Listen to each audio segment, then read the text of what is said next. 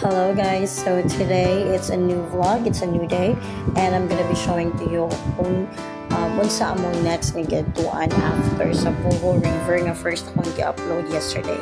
So first namang gituan guys, Bohol River, and then isunod ni siya ang Hermit's Cove, and then part na ni siya sa agian mo pa dun sa Hermit's Cove, gikan na sa Bohol River guys, because medyo layo pa siya gamay. So, gimotor naghapon na mo siya pa doon dito. And then, ang naka-nice is ang dalan very, again, limpyo. Ma-origin ako mas limpyo. Hapsay, dili siya gubot.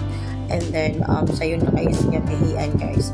So, as you can see, I'm gonna cut it short. Medyo dali rani siya nga video sa among pag-travel sa padong sa Hermit's Cove. So, maabot rami tayo na niya, guys.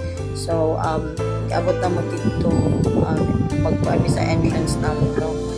Pero later na lang natalakalan. So, muna siya padong pamian na medyo layo siya guys, at tangason siya. Natangason siya, layo siya, tangason ikan sa Bohol River.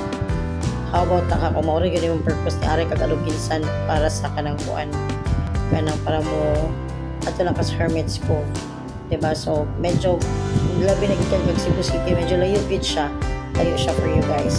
So kani doon na taan niyo sa makita na gikan nagpadulong guys, and then dagat o na siya na doon na kaana sa Hermit's Cove. So ani then mabayaran man nimo guys kung mauna na siya, kaya man sakyan na naka-parking. So doon na kayo na siya, no, doon na jud na siya kayo. So I think mauna ni, and then maubos lang gamay, medyo tulog pa gamay. So kana siya guys, resort po na siya, pero wala man isulod kay mag-entrance lang sa guys. So dili ra kaya among purpose kanina man jud siya, because I love nature. That's it, no, I love nature. So only siya guys. Salamat kami sa Hermit's Cove, and then iputa na mi ani niya guys. Para mi puta ani niya. So ang puta diri guys is 100 per head. Supposedly sa imo 100 per head guys, amo na si Amar guys, apado na siya masunod, my daughter. So sa imo 100 per head guys, supposedly free na ang cottage. So ayun ana siya, and then but unfortunately basta na Sunday or mga siguro na mga special occasions, di juga ka-avail ng 100 pesos per head nga free cottage tungod kay daghan na kaayog tao mag-una pa nimo mga kadlawon pa lang na nasa dito siguro bitaw. Basta guys ay ang gisa mapuno siya dayon so dali ra siya mapuno. And then so next ano niya guys is ang kuan na kana siya madulog makala niya guys, madulog ana niya. So most likely igabot niya mo dito guys, dagat na siya dito. So very tinaw ang dagat. So kung pareha ka na ko guys, babuyon tambok man dyan kayo guys. So okay lang siya ang dulhog, no, pero I'm sure inigpadong na sa di mo tangas hangak dyan kayo siya, hinihinay lang ka every 3 steps mukuan ka mo stop mo pausa sa sightseeing kasi ang murder guys. Kita na niya kung sa jud kininit ang view sa Hermit's Cove, though wala pa siya kamuod sa Bohol River ani nga time kay ganahan jud kay siya dito. And then ako lang siya gikuan sa difference kay syempre kani dagat man ni daghang tao dito kay mingaw manggod, ganahan siya to kay peaceful ani ganahan po siya sa Hermit's Cove, but then dagat siya, so lahi siya. But I know she said ganahan dyan siya, gusto siya dala na po yung mga igsoon diri kaya para mga ligo na po ko may diri pohon. So na entrance may ani kamiran duha guys kay kanang para makasulod ng gid ni, pero may ligo, no. And then na siya nice puti white sand ba sa diri guys. So almost the same na sila sa Mualbual, no, kato sa Basdako. But nindot man po ang Mualbual, pero nakakita lang ko grabe ka hayag dyan nga tubig diri guys, as in mo kag namin sa tubig diri sa Hermit's Cove, and then limpyo siya again, very amazing yun kaayo ang kalimpyo sa Aluginsan, as in ma-amaze na lang jud ka, beautiful kay ang dagat, murag bisag daghan ng tao, diba, wala siya mabati kalubog guys, ingin ana lagi siya, limpyo kay siya. So wala jud kay masulti diha, wapa pa jud ka model back tara smile. nangiit na po siya guys. Na sa ako siya ginilagay sa mag-hi. Unfortunately guys, nakuhaan sila siya kasi sumuti natin yung reaction.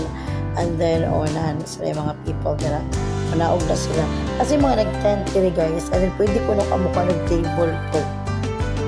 Sa ako na dungog, usually ko na 400 ko na ang price sa table.